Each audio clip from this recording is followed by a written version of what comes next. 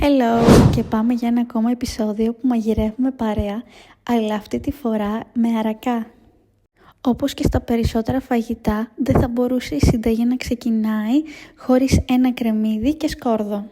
Καθαρίζουμε 3 πατάτες και 3 καρότα και τα κόβουμε σε μικρά κομματάκια.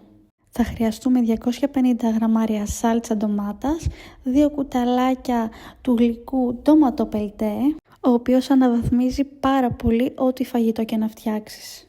1 κύβο κνόρ και τα μπαχαρικά μας. Η εκτέλεση της συνταγής μας θα ξεκινήσει βάζοντας λίγο λαδάκι μέσα στην κατσαρόλα και τσιγαρίζοντας τα κρεμμύδια και το σκόρδο για 2-3 λεπτά. Έπειτα για άλλο τόσα ρίχνουμε τα καροτάκια και τις πατάτες και ανακατεύουμε. Είναι μία από τις πιο εύκολες συνταγές και πιο νόστιμες που μπορείς να φτιάξεις.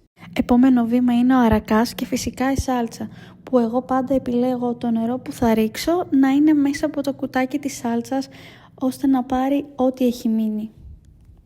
Και τέλος, αφού τα ρίξαμε όλα, το φαγητό μας είναι έτοιμο να βράσει. Και έτσι έχουμε ένα νόστιμο και υγιεινό φαγητό. Αυτά! Bye!